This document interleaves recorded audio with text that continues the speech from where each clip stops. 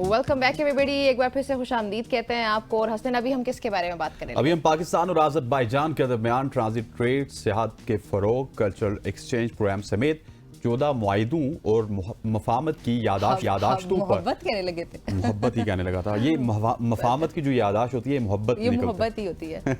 मुल्कों के दरमियान जो मोहब्बत है उसे मफाहमत कहते हैं। Very good, that's a new definition. अच्छा, वैसे ये चले हम डिटेल्स तो शेयर करेंगे, लेकिन बस एक दरख्वास्त है हुकूमतों से मेरी कि प्लीज रास्ता मत बंद कीजिएगा। हमेशा ऐसे होता है, कोई भी आता है, अच्छी बात है, आना चाहिए, और यही हमारा इसी तरीके से फरोग मिलता है ताल्लुकात को, तिजारत हो, हर हुकूमत आपको थोड़ा सा सख्त करना चाहती है। वो चाहती है कि जब कोई मफाहमत की यादाश्त हो तो उस दिन निमरा 5 बजे घर से निकलें। ये भी है वैसे, MOU पे साइन होने लगा है, मुझे पता है, इसलिए फिर मुझे, है ना, ठीक कह रहे हैं आप। अच्छा, तो लेकिन गवर्नमेंट को नहीं चाहिए कि कोई अल्टरनेट वेज निकाले, कोई अल्टरनेट रूट्स निकाले और आवाम के लिए मुश्किल ना बने। खैर, वज़ीर आज़म मोहम्मद शहबाज शरीफ और अज़रबैजान के सदर जो हैं, उनकी मौजूदगी में वज़ीर आज़म हाउस में इन मुआहिदों पर दस्तखत हो चुके हैं। अभी देखते हैं कि मज़ीद क्या इस मुलाकात से हमारे सामने आता है। उसके बाद जी नाज़रीन, इमरान खान ने शिबली फराज को खैबर पख्तूनख्वा में गवर्नेंस, ब्यूरोक्रेसी मसाइल हल करने की हिदायत कर दी। और ज़राए के मुताबिक इमरान खान ने पार्टी रहनुमाओं को एहतजाज के लिए तैयार रहने का भी हुक्म दिया है। कल उनकी मुलाकात हुई अडयाला जेल में, जो 2 ग्रुप्स हमारे सामने आ रहे थे उनसे, और उसमें मुतअद्दिद रहनुमाओं की जो रुकनियत है वो मुअत्तल करने का ऑर्डर भी सामने आ चुका है इमरान खान की तरफ से। उन्होंने बड़ा एक स्टांस लिया है, और इस पर आपके फॉर्चुनेटली अनफॉर्चुनेटली व्हाटएवर उसमें किसका नाम हो सकता है, आपको पता है? किस हवाले से? आपको याद है एक शख्स बहुत वायरल हुए थे, प्रोग्राम तो खत्म हो गया कि शेर अफजल मरवत का नाम भी जी शामिल है इसमें, उन शख्सियात में जिनकी रुकनियत मुअत्तल करने का हुक्म दिया इमरान खान ने। तो देखते हैं अभी आगे क्या होता है, तहरीक इंसाफ में मजीद क्या हमारे सामने आता है। कराची दूसरी जानिब कराची से जमात इस्लामी के अमीर हाफिज नईम ने कहा है कि मुल्क का ब्रेन ड्रेन हो रहा है। आर्मी चीफ इजाफी मराहत छोड़ने का ऐलान करें, ब्यूरोक्रेट से भी गैर ज़रूरी मराहत को वापस लिया जाए। ये जमात इस्लामी काफ़ी अरसे से ऐसी बातें कर रही है, जमात इस्लामी कर रही है। और बल्कि कल गवर्नमेंट की भी खबर पड़ी, कल मैंने खबर देखी थी कि कुछ वजारतें वापस लेने के हवाले से गवर्नमेंट गौर कर रही है, which I think I will appreciate, क्योंकि हुकूमत को चाहिए कि ये वजारतें जो हैं बेदरेह किस्म की, और इन पे बेदरेह किस्म का पैसा लगता है ना, होता है एक वजारत के लिए करोड़ों रुपए, अरबों रुपए जा रहे होते हैं। इसके ऊपर मैं एक्सप्लेन भी करना चाहूंगा, लेकिन पहले जमात इस्लामी के हवाले से बताता चलूं कि आज इनका धरना भी था डी चौक में। इसके अलावा इनका मुल्कगीर एहतजाज था बिजली के हवाले से, लेकिन वो भी महंगाई के हवाले से भी था, वो आज इन्होंने कैंसिल किया है। और जो आपने बात की ना मराहत की, देखिए हम थोड़ा सा मैं इसको एक्सप्लेन करना चाहता हूं, जब तक हमारे को गेस्ट हमें ज्वाइन कर लें, कि हमने ना ये एक हवा बना लिया कि मराहत बहुत ज़्यादा हैं, टैक्सेस जो है वो इनको छूट मिलती है। देखिए, अगर $7 अरब आपको हर साल चाहिए इस मुल्क को चलाने के लिए, मैं थोड़ा सा इकोनॉमिकली आपसे बात कर रहा हूँ, तो $7 अरब आपको मुल्क चलाने के लिए चाहिए।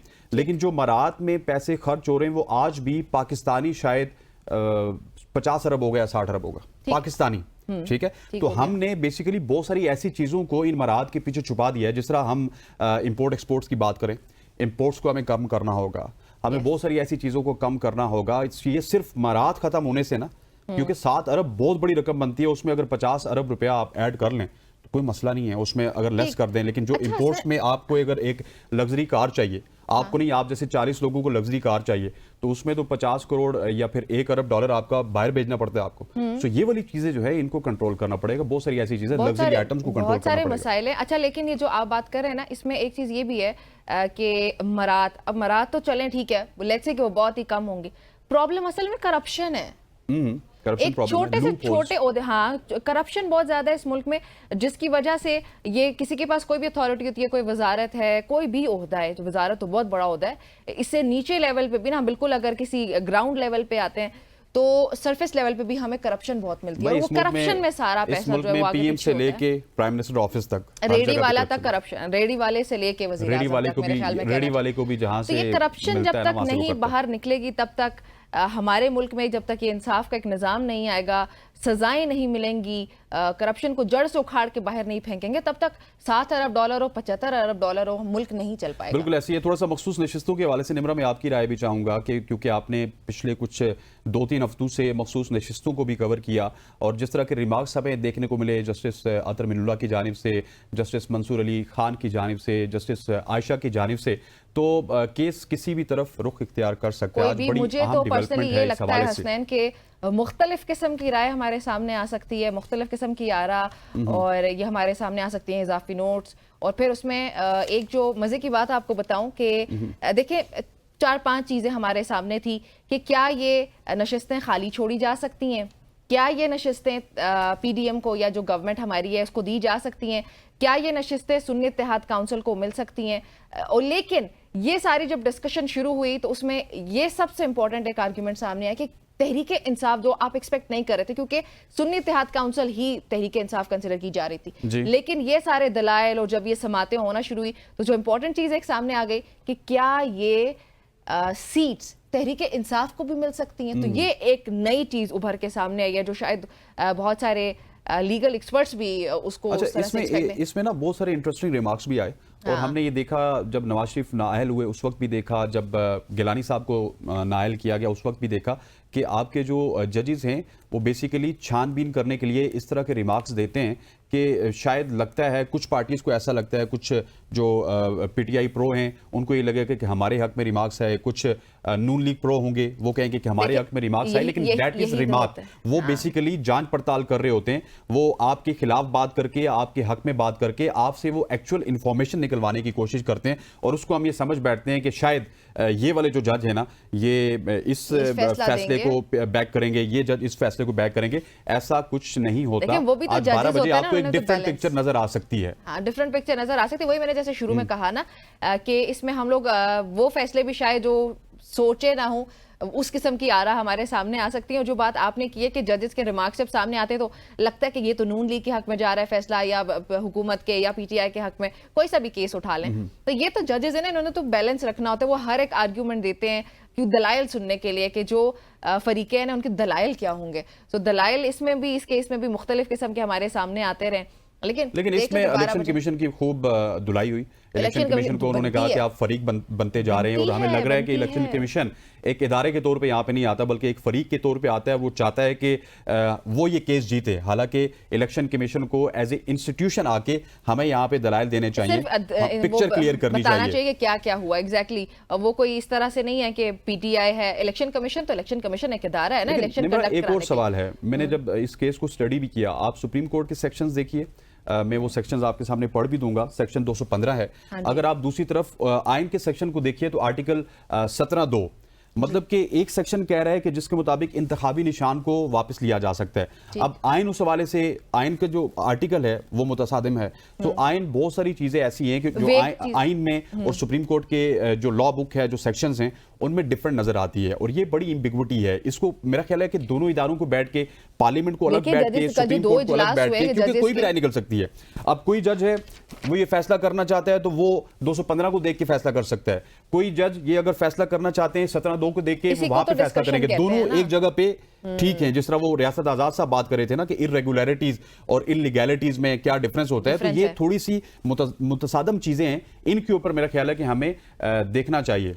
जजेस देख रहे हैं मेरा ख्याल। ये जो दो कल गैर मामूली बहसियत कौम, हमें ये बात करनी चाहिए कि हमारी जजेस हो गए, हमारी पार्लियामेंट हो गई, हमारे और इदारे हो गए, इनके जो कानून है ना ये एक दूसरे से मुतसादिम नहीं होने चाहिए। जब ये कानून मुतसादिम होते हैं तो फिर एक नया रास्ता निकल आता है। रेगुलरिटीज नहीं होनी चाहिए। और इस तरह से ये जो गैर मामूली इजलास हुए कल और परसों के दिन में फुल कोर्ट के, ये अमूमी ऐसे होता नहीं है। तो देखिए अगर हुआ है तो इसका मतलब है कि जो जजेस है वो डिसाइड करना चाह रहे हैं कि किस तरफ हमें जाना चाहिए। वो जो डिस्कशन आई थिंक कल की और परसों की, मेरा ख्याल है कि हमें कुछ टेक्निकल प्रॉब्लम है। हमारे गेस्ट मेरा ख्याल है हमारे साथ नहीं आएंगे तो हम खुद इस वजह से डिस्कशन को कॉल कनेक्ट नहीं हो रही। Not technical problem. Okay sir, okay साहब, टेक्निकल प्रॉब्लम नहीं है, कॉल उनको नहीं मिल रही। ठीक हो गया। अच्छा सर, आगे थोड़ा सा बात कर लेते हैं। आप देखिए इलेक्शन ट्रिब्यूनल के हवाले से, इलेक्शन ट्रिब्यूनल वाला जो केस है उसमें कल एक और इंपॉर्टेंट डेवलपमेंट हुई है। उस केस में जो इस्लामाबाद हाई कोर्ट के चीफ जस्टिस हैं उन्होंने मना कर दिया तारिक जहांगीरी साहब को कि आप सिर्फ जांच पड़ताल कर सकते हैं, आप इसके अलावा कोई फैसला नहीं कर सकते, मतलब फॉर्म कलेक्ट कर सकते हैं, जांच पड़ताल भी इवन नहीं कर सकते। उसके बाद कोर्ट बैठेगा, वो ये फैसला करेगा कि आया कि जहांगीरी साहब को जो लगाया गया था वो ठीक था या नहीं। और दूसरा निमरा, वो जो SRO आया है, उस SRO ने तो तमाम तरह चीजें ही उलट पुलट कर दी ना। उस SRO के मुताबिक ट्रिब्यूनल का जो जज है वो साबिक जज होगा, और उससे पहले ये था कि हाई कोर्ट का जज होना लाजमी है। सो उस SRO के बाद पिक्चर आपको चेंज होते हुए नजर आएगी। लेकिन अभी यही तो ऑर्डिनेंस का मकसद ही यही था, जो यूसुफ रजा गिलानी साहब की ऑर्डिनेंसेस 2 पास हुए, उसका मकसद ही यही था हसनैन के आप रिटायर्ड जजेस को लगा सकते हैं, जो कि एक किरण साबित हो सकती है, जो कि गवर्नमेंट की जीत साबित हो सकती है। अगर ये जो जस्टिस तारिक महमूद जहांगीरी की तैनाती के खिलाफ जो